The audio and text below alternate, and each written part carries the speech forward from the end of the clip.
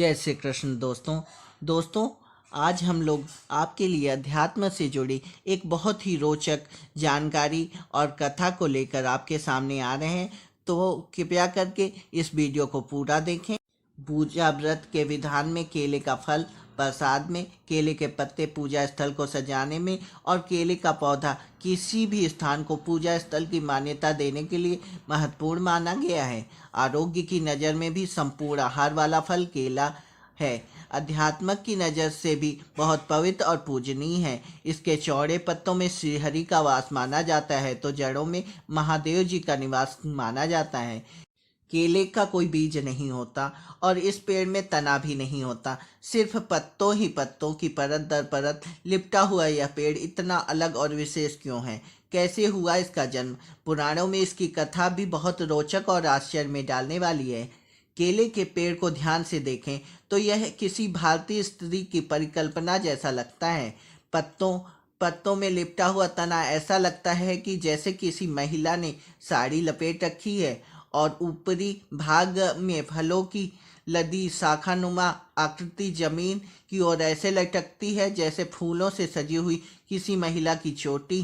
दरअसल यह संरचना यूं ही नहीं है, असल में यह एक स्त्री का ही रूप है। इसका वर्णन पुराण कथा में मिलता है जिसका संबंध सबसे क्रोधी ऋषि दुर्वासा से है। तो चलिए जानते हैं उस कथा को। एक कथा के अनुसार महर्षि अत्रि और अनसुईया के पुत्र दुर्वासा बहुत ही क्रोधित स्वभाव के थे। उनके अंदर ऋषि संस्कार बचपन से ही प्रबल थे और वह 5 वर्ष की अवस्था में आते आते ध्यान और साधना में लीन होने लगे थे। दरअसल दुर्वासा खुद महादेव के क्रोध स्वरूप रुद्र के अंश हैं। क्रोध ही उनके स्वभाव का मूल था और वह तमाम ज्ञान पाने के बाद भी इसे नहीं त्याग सके थे। बड़े होते होते जब माता पिता ने देखा कि बालक के अंदर वैराग्य अधिक उत्पन्न हो रहा है और वह समाज की व्यवहारिकता को नहीं समझ रहा है, तब उन्होंने उसका विवाह ऋषि अम्बरीश की कन्या से कर दिया।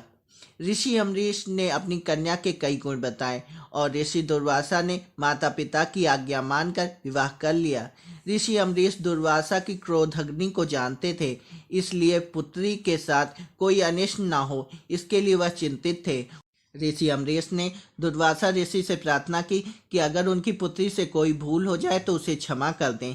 तब ऋषि ने उन्हें वचन दिया कि वह अपनी पत्नी से 100 अपराध क्षमा कर देंगे।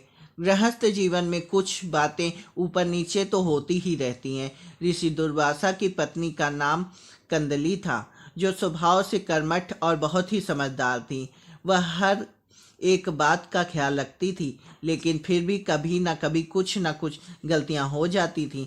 लेकिन ऋषि ने उन पर कभी क्रोध नहीं किया। ऐसा होने से धीरे धीरे कंदली के स्वभाव में भी निश्चिंतता आने लगी। लेकिन एक दिन दुर्वासा ऋषि कहीं से प्रवास करके कुछ देरी से आए।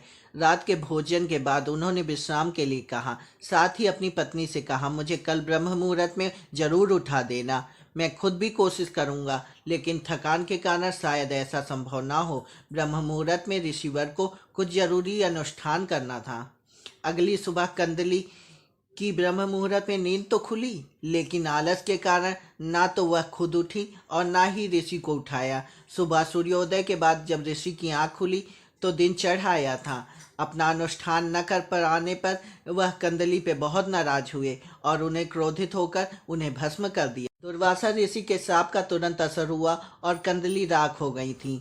ऋषि को भी इस घटना का बहुत दुख हुआ था, लेकिन अनुशासन स्थापित करने के लिए उन्हें ऐसा करना पड़ा था। जब कंदली के पिता ऋषि अम्बरीश आए तो उन्होंने पुत्री को राख की अवस्था में देखा। तब ऋषि अम्बरीश ने कहा कि आपने ही इसे श्राप दिया है, तो आप ही इसे कोई वरदान देकर अमर कर दे।